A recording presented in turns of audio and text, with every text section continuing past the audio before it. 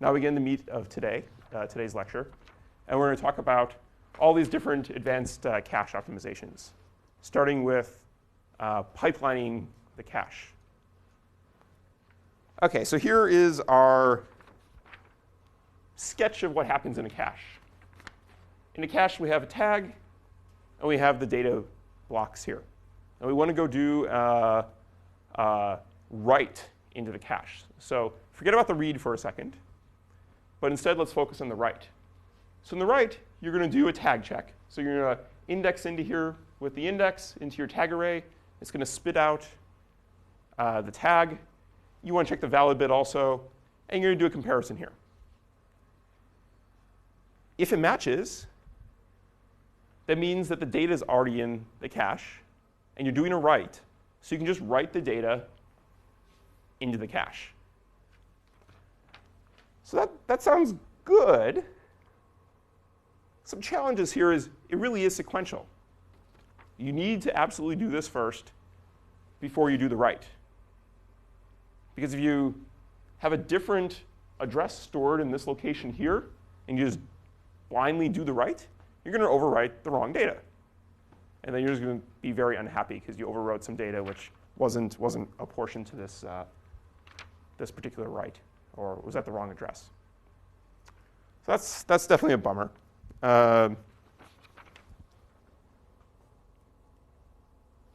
So do we think we would want to try to do this in one cycle?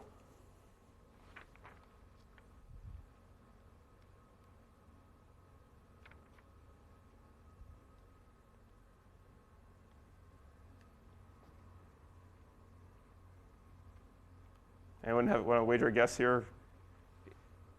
Do people build machines where they do this in one cycle?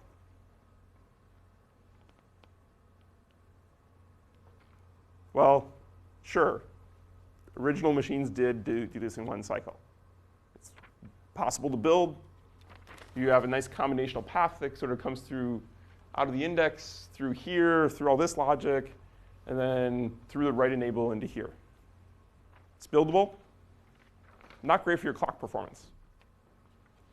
So the first optimization, so how do we reduce the hit time for a write?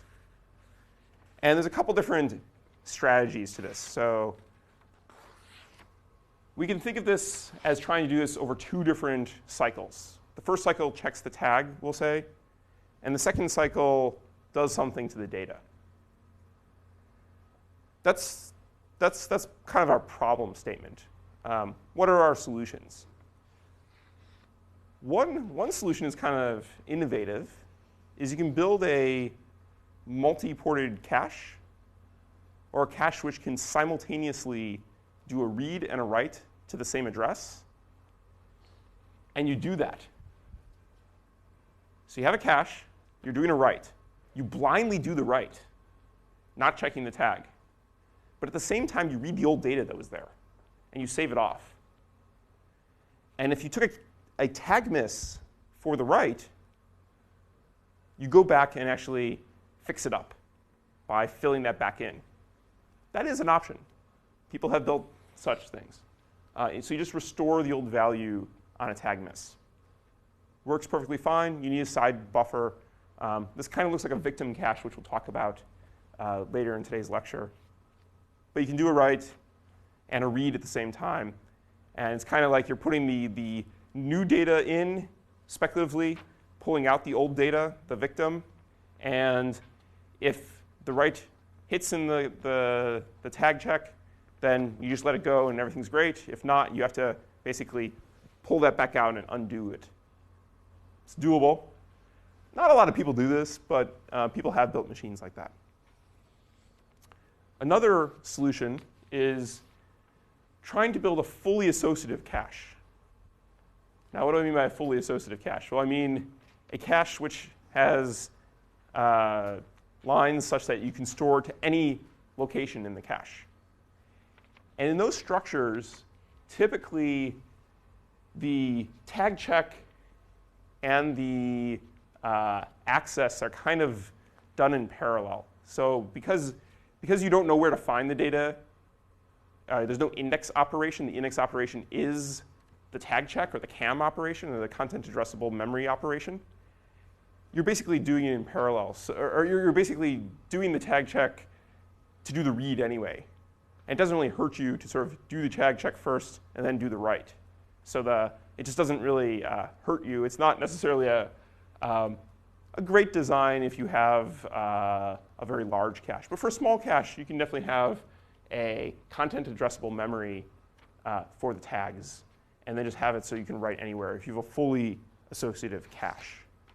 That is one way to solve this write problem. And then we're going to look at, but this is what we're going to focus on in today's lecture, is pipelining the write.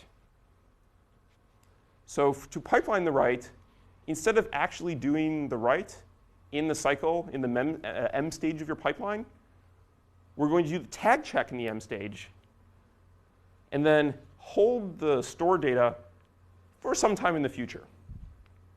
Now you're going to say, did we actually do the store then? Well, yes, we're going to call that committed state. So this is what we're going to focus on today, is how to do a pipelined memory access to reduce our write hit time. So here we have our 5-stage pipeline. And what we're going to do is when we get to the M stage for a write, we're going to check the tag, and we're not going to fire up the data array at all. Now you might say, where do you put the data? Well, we put a nice little buffer here, which is a basically to be stored buffer. It stores the data that's going to be stored in the future, or a delayed cache write buffer is what we'll call this. So in parallel, you check the tag, and you store the data here. And then, sometime in the future, you want to move this into the cache. But you need a convenient time to do that. So one option is you wait for a dead cycle on the cache. OK, that sounds good. How do you know you're going to get a dead cycle?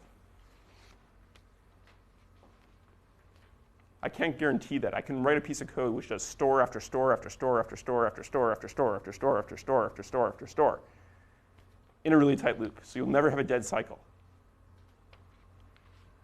A cool little trick here is a subsequent store only has to use the tag array. So if you have a store after a store, the first store we'll check the tag and not use the data. We'll store the data here. And then when the second store comes down the pipe, it'll check the tag, but the data array is open. So you can do the store at that time. So it's a cool little trick there. If you have a store after a store after a store, you can basically decouple the tag from the data for stores and use the port on the cache to do the data array of the cache to do the store later. And we can look at this with a little bit more detailed drawing here. And this is just kind of to reiterate what was going on.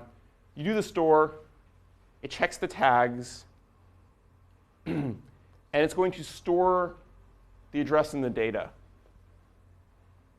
And at some point in the future, when there's an idle cycle or another store going on, it'll actually transition this data into the data array. That sounds good. OK, so pop quiz question here. What happens when you do a load and there's data in the delayed write data buffer?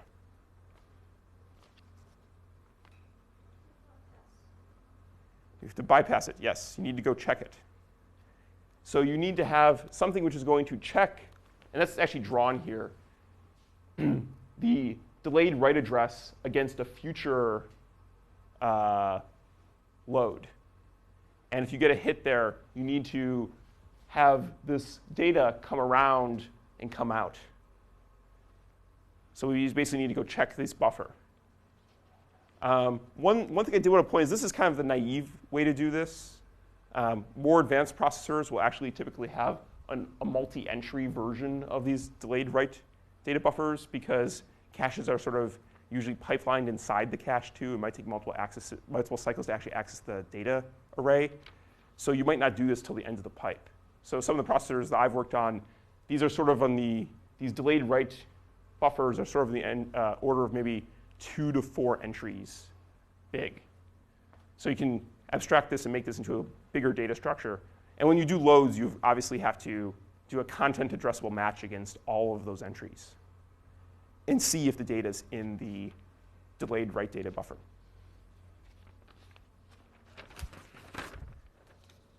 OK, so let's go see how well this does.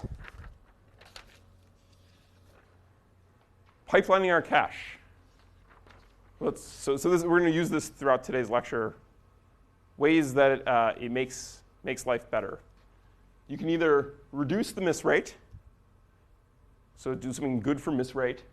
You can either do something good for reducing the miss penalty. You can reduce the hit time.